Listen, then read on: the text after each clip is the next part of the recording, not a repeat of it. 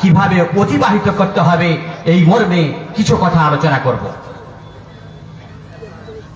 পৃথিবীতে আল্লাহ রাব্বুল আলামিন যখন মানুষকে সৃষ্টি করার মনস্কামনা করলেন, আল্লাহ রাব্বুল আলামিন ফেরেশতাদেরকে বলছেন, ওয়া ইয ক্বালা রাব্বুকা লিল মালাইকা ইন্নী জাইলুন ফিল আরদি খলিফা।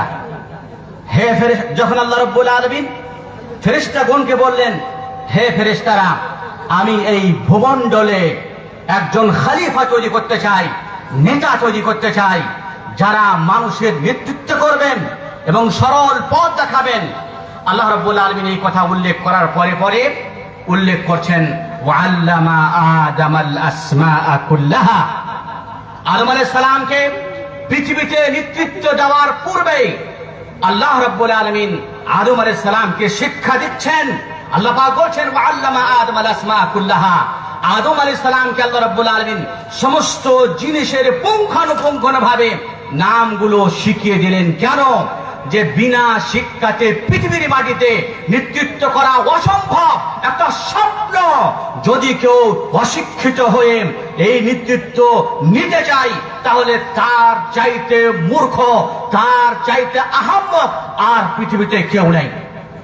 তাই আল্লাহ রাব্বুল আলামিন শুধু আদম আলাইহিস সালামকে না, বরং আদম আলাইহিস সালাতু সালাম থেকে নিয়ে প্রিয় নবী জনাব মুহাম্মদুর রাসূলুল্লাহ সাল্লাল্লাহু আলাইহি ওয়াসাল্লাম পর্যন্ত যতগুলি নবীকে প্রেরণ করেছেন, তাদেরকে নেতৃত্বের দায়িত্ব দিয়েছেন, দ্বীনি নেতৃত্ব এবং পার্থিব নেতৃত্ব।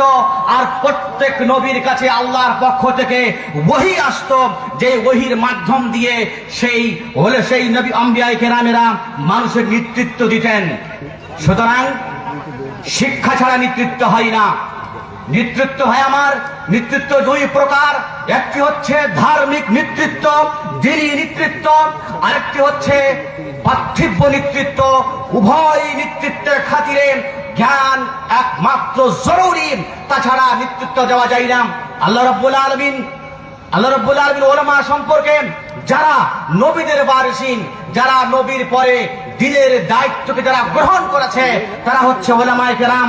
আল্লাহ রাব্বুল আলামিন রাসূল বলছেন, আল উলামা ওয়ারাসাতুল আম্বিয়া লাম ইউরাসু দিনারান ওয়ালা দিরহামান ওয়া ইন্নামা ওয়ারাসুল ইলম ফামান আখাযাহু আখাযা বিহাদ্দিন ওয়াফির। উলামায়ে কেরাম হচ্ছেন নবীদের জায়গাতে অবস্থিত। আম্বিয়ায়ে কেরাম আর আসবেন না, আম্বিয়াদের দায়িত্ব নবীরা পালন করবেন। তাই উলামায়ে কেরামেরা নবীদের কাছ থেকে শিক্ষার ওয়ারিস, পয়সার ওয়ারিস না, জমিদের ওয়ারিস না, বাড়ির ওয়ারিস না, তারা হচ্ছে শিক্ষার ওয়ারিস। যেই উলামায়ে কেরাম শিক্ষা নেবে, ওই শিক্ষা, যেই শিক্ষা নবী সাল্লাল্লাহু আলাইহি ওয়াসাল্লাম দিয়ে গেছেন, তাহলেই সেই পৃথিবীতে নেতৃত্ব করতে পারবেন, নচেত নয়। আল্লাহ রাব্বুল আলামিন ধার্মিক নেতৃত্ব সম্পর্কে বলছেন, কুল হাদিহি সাবিলি আদউ ইলাল্লাহি আলা বাসিরাতিন আনা ওয়া মান ইত্তাবা'আনি। হে নবী, তুমি বলো, এটাই হচ্ছে আমার পথ, যেই পথে আমি তোমাদেরকে ডাক দিচ্ছি, সেটাই হলো আমার পথ। আমি ডাক দিচ্ছি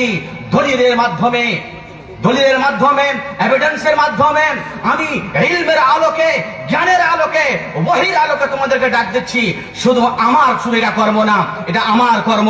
আমার পরে পরে আমার অনুসারী উলামায়ে কেরামদের এটাই কর্ম, যে দাওয়াত দেওয়ার পূর্বে তাকে জ্ঞান অর্জন করতে হবে। যদি দাওয়াত দেওয়ার আগে জ্ঞান অর্জন না করেন, জ্ঞান অর্জন করার পূর্বে যদি সে শিক্ষা দিতে আরম্ভ করে, নেতৃত্ব দেয়, দ্বীনের নেতৃত্ব, তাহলে সেই হবে পথভ্রষ্ট, সমাজ হবে পথভ্রষ্ট। তাই বুখারী শরীফে আছে, রাসূলুল্লাহ সাল্লাল্লাহু আলাইহি ওয়াসাল্লাম বললেন, সাইয়ুকবাদুল ইলম, ইলমকে উঠিয়ে নেওয়া হবে। আল্লাহ রাব্বুল আলামিন ইলমকে মানুষের অন্তর থেকে কেড়ে নেবেন না, ওয়ালাকিন ইয়াকবাদুল ইলম বিকবদিল উলামা। আল্লাহ রাব্বুল আলামিন ইলমকে, উলামায়ে কেরামদেরকে মত দিয়ে উঠিয়ে নেবেন। হাত্তা ইযা লাম ইউবকি আলিমান, যখন পৃথিবীতে কোনো একটা আলেম থাকবে না, যখন কেউ শিক্ষা অর্জন করবে না শরীয়তের, তখন কবর করবে কি লোকেরা?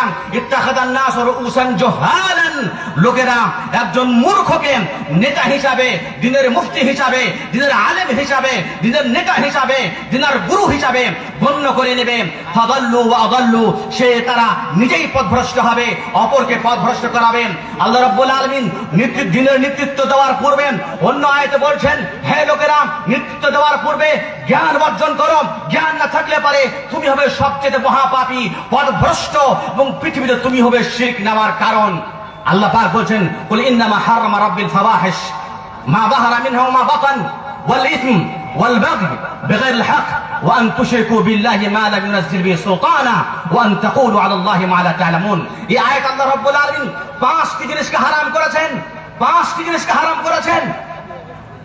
আল্লামা ইবনুল কাইয়্যিম রাহিমাহুল্লাহ আলাইহি বলছেন, আল্লাহ রাব্বুল আলামিন সবচেয়ে যেটা সহজ, যেটার গুনাহ কম, সেটা আরম্ভ করেছেন।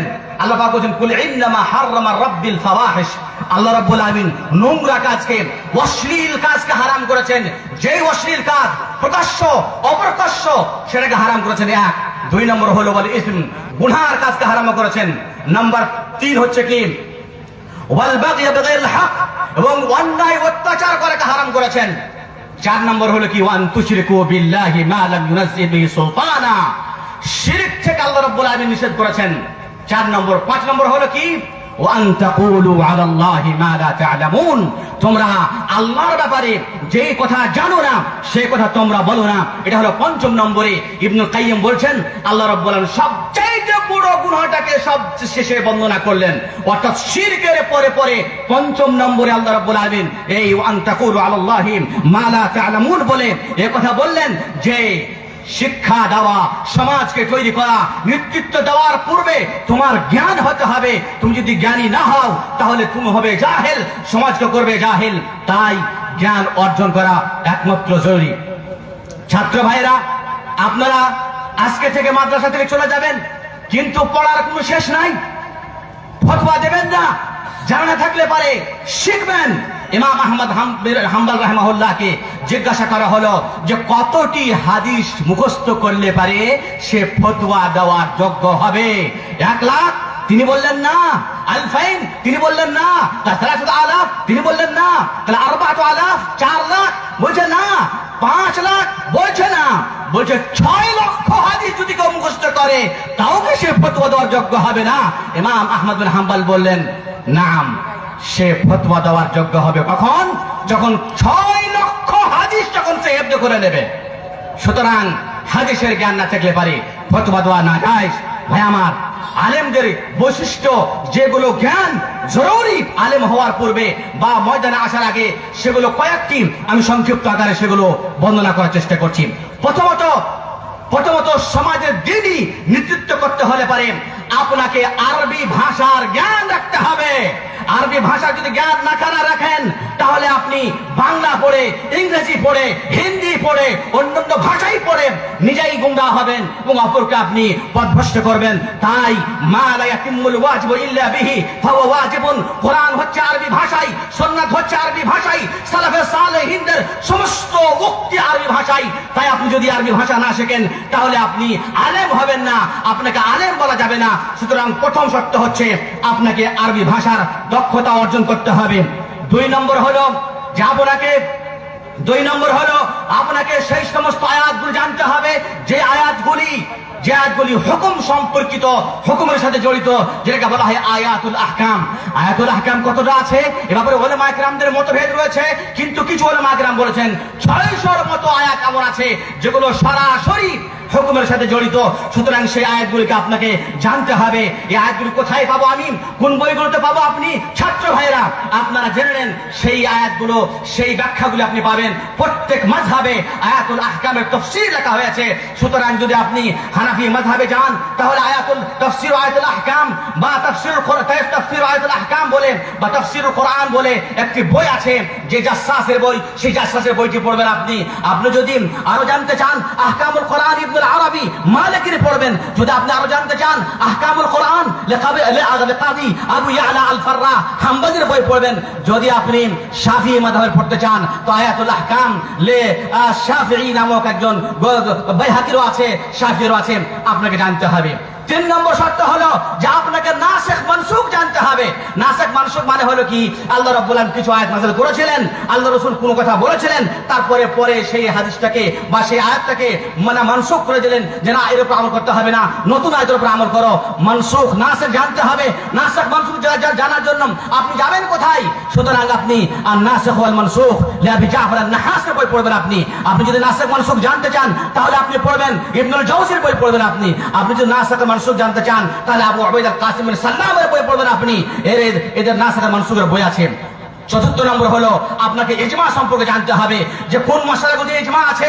যদি ইজমা না জানেন তাহলে হতে পারে আপনি নিজের পক্ষ থেকে ইজমার ব্যাপারে ফতোয়া দিয়ে দিবেন আর আপনার ফতোয়া ভুল হয়ে যাবে। সুতরাং ইজমা আপনি কোথায় পাবেন? সুতরাং ইবনুল মুনজিরের বই আল ইজমা পড়বেন, ইবনে হাজমের বই মারাতুল ইজমা পড়বেন। তারপরে যদি এই যেগুলো ইজমা বর্ণনা করা হচ্ছে, ইবনে কুদামা বর্ণনা করছেন, ইমাম নাওয়ী রাহমাতুল্লাহ বর্ণনা করছেন, ইবনে আব্দুল বার রাহমাহুল্লাহ বর্ণনা করছেন যে ইজমাগুলি, সেই ইজমাগুলি সঠিক না সঠিক না আপনি জানার জন্য আপনাকে পড়তে হবে মাওসুআতুল ইজমা ফিল ফিকহিল ইসলামী, 14 খণ্ডে এখন সেটাকে লেখা হয়েছে।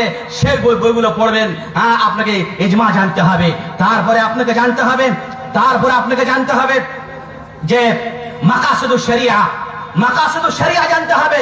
মাকাসিদুশ শরিয়া দুঃখের বিষয়, আজকের আমাদের বহু মাদ্রাসাতে মাকাসিদুশ শরিয়ার সম্পর্কে কোনো জ্ঞান রাখে না ছাত্ররা, যার কারণে ফতোয়া ভুল হয়ে যায়, ফতোয়া জানে না শরীয়তের উদ্দেশ্য কি। শরীয়ত প্রত্যেক কাজের আদেশ দিয়েছে, তার পিছনে একটা উদ্দেশ্য রয়েছে, সেই উদ্দেশ্যকে না জানলে পারে আপনার ফতোয়া ঠিক হবে না। তাই মাকাসিদুশ শরিয়া আপনাকে জানতে হবে। উসুলুল ফিকহ, উসুলুল ফিকহ না জানলে পারে একজন ব্যক্তি ইস্তেদলাল করতে পারবে না, ইস্তেমবাদ করতে পারবে না।